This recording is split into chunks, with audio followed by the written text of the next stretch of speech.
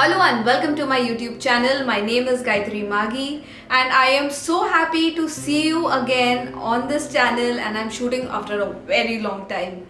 Today's topic of discussion is about group discussion, which is the first step post your resume scanning.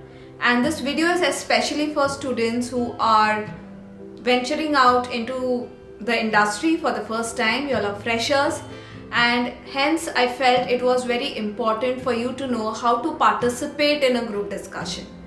So I've divided the entire video into two segments. The first one is content and the second one is soft skills.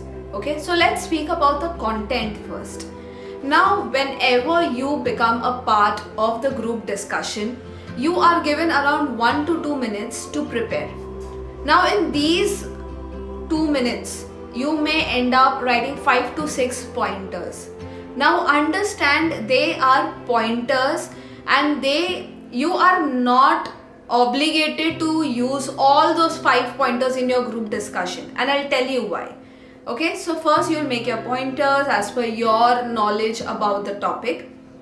Next, what you need to do is, if you feel confident enough, start off with the introduction. Take the lead of introducing the topic, which is very significant. Your aim is to become visible. Make 2 to 3 pointers throughout your duration of the group discussion, but make sure that you're making it in such a crisp and a concise manner. It has to be so perfect that the moderators, they take notice of you. You don't have to be an autocratic speaker, meaning you don't have to dominate that discussion. Not every time you need to speak up. Even that can backfire. So just make sure that even if you're putting in 3 pointers, those are 3 very strong, meaty pointers. Okay? Now, you got to be a very active listener. Most of the students who go there are not active listeners, and what they do is, again I'm taking you back to the first point I made, they feel obligated to make those pointers that they have written on that sheet of paper, and they forget listening to the other person in the process. So the moderator comes to know that a certain person is speaking about point A, but you are making point C, and they have no connection. So when you actively listen to the other members who are speaking, it helps you build on it.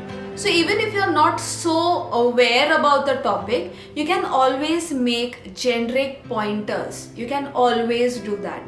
It comes with experience, but you need to understand what is the root cause, what are they trying to speak in that particular discussion, and then build up on it. Now, whenever you speak, I told you it has to be crisp, it has to be concise. How will something be crisp and concise? Any sentence, any statement that you make sure it either has a stat, it has a fact, or it is an example, and at times even an anecdote. So even if somebody else is making a point and you counter it or you add on to it, use a connector word. You can say regardless. You can say based on what you said. You can say however. Use these statements. You do not have to use always words like connecting words like I agree, I disagree. That becomes very monotonous. You'll understand that there are many people doing that. So coming back, always make sure that you're having some kind of an example to support your point. You're having some stats, you're having some figure, or you're even having some anecdote to support it.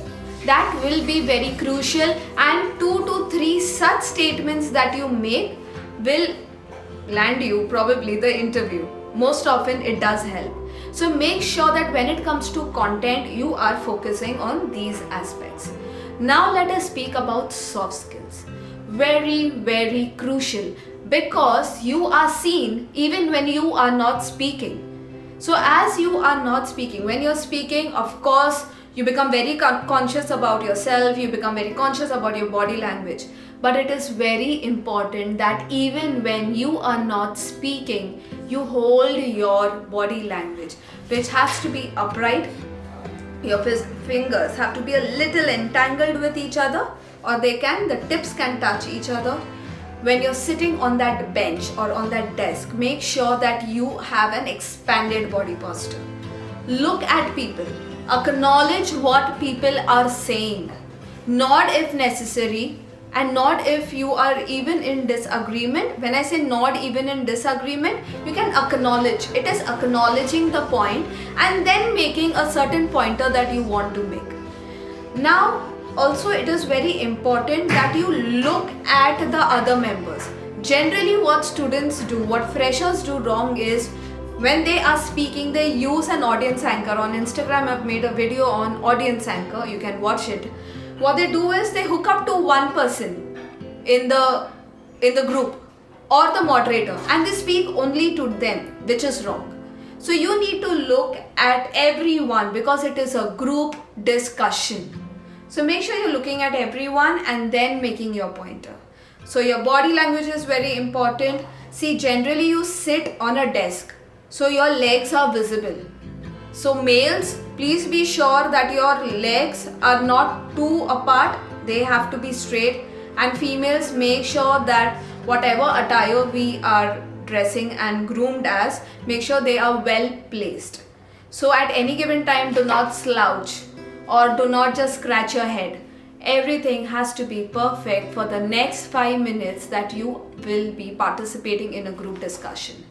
So this is all from my side. There are many more pointers. I may make a part 2, but if there is any query, do feel free to put it up in the comment section, or you can mail me at gayatrimagi1993@gmail.com, and I'll make sure that I address your query. Thank you for watching.